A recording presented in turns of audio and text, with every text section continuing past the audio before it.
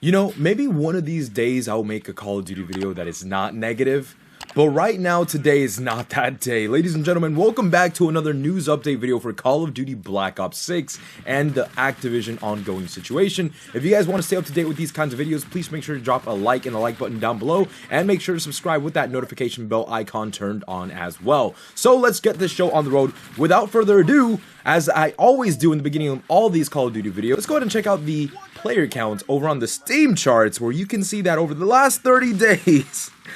Oh boy, Call of Duty! Keep in mind, in the Steam charts, it represents Call of Duty as the culmination of Black Ops 6, Modern Warfare 2, Modern Warfare 3, as well as Warzone. And right now, the Steam charts show that in the last 30 days, the average player count has now dropped to 66,000 players, guys, in all 4 of those games together. Keep in mind, we have now successfully made it well below what the player count was right before the release of Black Ops 6. So we are literally even lower than the lowest point of MW3's life cycle, which MW3 was not considered to be like a critically successful game. It didn't do as well as they had hoped so, and especially in terms of how many players bought it. More people bought MW2 than MW3, and even then, Black Ops 6 is somehow breaking that record and doing even less by holding less players than MW3 did. That's how this situation has developed so far. People are finally starting to wake up and realize that they have to speak with their wallets and not support something that you don't want to continue on. If you guys don't like the way the game is being respected, if you guys don't like the way that the game is being treated overall, you guys don't like the corporate, agenda being pushed all over the place, or just the corporate lining of it all, with all these deals and all that stuff, and just the loss of identity of a game set in the 90s, then, speak with your wallet. And so the people have. So let's go ahead and dive into the topic of today's video. Is Call of Duty voice chat moderation actually being very subjective in who and who does not get banned from their voice chat moderation? So as you guys can see on screen over here from Modulate, we have some of the regulations that Call of Duty voice chat moderation actually abides by, and from what we can see right here, the very first one is emotion and speech mode. So recognizes emotions including anger, which can help differentiate between playful banter and genuine hurt. So this is a very interesting one, because that means that when they're hearing you talk, they are listening to the pitches of your voice. This is obviously something supremely subjective. You can't always know how someone is feeling based off what you hear, because there is such things as sarcastic tones. Some people are better at it than others. Other people just plain suck at it. So people already right off the bat there are gonna get faulty bans, right? They're gonna get faulty bans based off of some emotions that they weren't actually experiencing. Now, aside from that, we also have perceived age and gender presentation. So it wouldn't really be a 2025 video if we didn't talk about gender presentation to some extent. And right here we can see it says, if there is a mix of perceived ages and perceived biological sexes present in a conversation, it can increase the overall risk of a clip, which is another way of saying of a ban. So in other words, if you are in a lobby, right, like a Call of Duty lobby, you whip out your mic and you plug it in, you start talking some trash talk to some other teammates in the lobby or some other enemies in the lobby, and it turns out that there's either, I don't know, say like a 15-year-old, or there's like a 30-something-year-old, and there's also at the same time a woman in there. All that gets taken into consideration, and you are punished as a result, because the game assumes that what might not be offensive to you could be offensive to them. And so, naturally, the game's gonna say, well, let me go ahead and start banning you. That will increase the likelihood of you being banned, and therefore literally shut you down from interacting with the other players in your lobby. It basically decreases the social aspect of the game, which, if you guys maybe have not been on board with the Call of Duty franchise from its very beginnings in multiplayer back in like 2007 online, but the franchise itself is literally rooted in social interactions. People get mad all the time. That's just what Call of Duty is known for. It's funny to a certain extent. It's pretty funny. But that's just a part of how the community is. And so the next one we have here is text sentiment analysis.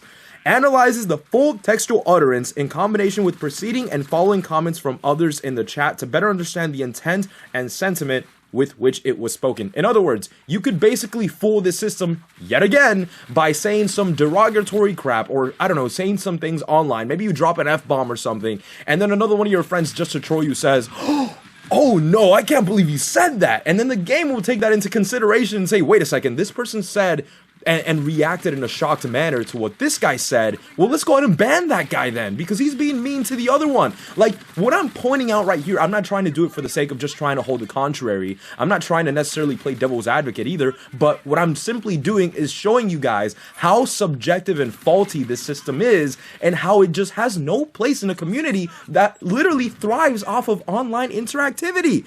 And so, the other aspect of this that you guys can see right there, I think I skipped it towards the beginning there, it's transcription. It says, and I quote, "This is the most obvious factor. In order to deter toxicity, we must have some sense of what is being said. The first layer of transcription analysis focuses on looking for phrases or slurs which are unequivocally bad, though as mentioned below, we then augment this with deeper sentiment analysis." So it's all about the feelings.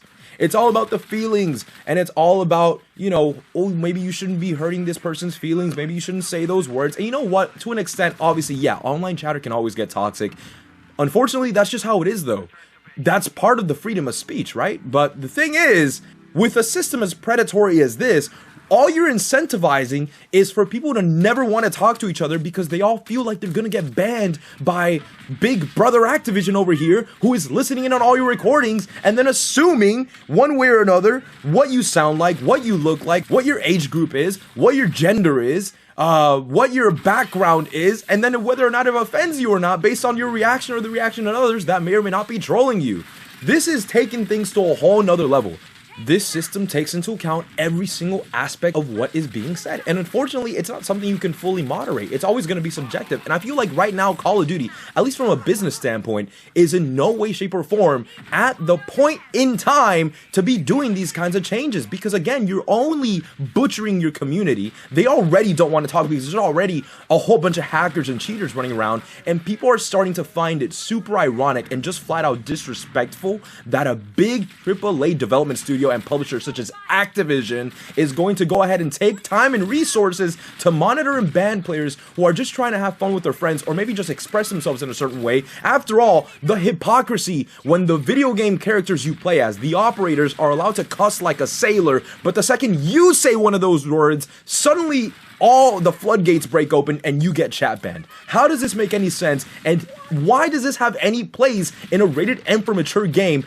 Players 17 and up. This makes no sense. If you're playing a rated M game, you should already know that the people who buy this are buying this, whether they know it or not, with the intent that the game has a community that is expressive in the way that the game is expressive to other players. Like, for example, your operators like Frank Woods, they love dropping F-bombs all the times. And that's just something that you can't say as a player. How does that make any sense? If you just try to, if you have your mic plugged in and Frank Woods drops an F-bomb and you just as much as repeat it and someone else in the lobby says, "Why would you say that?" Suddenly you're gonna get chat bans? How is that even fair?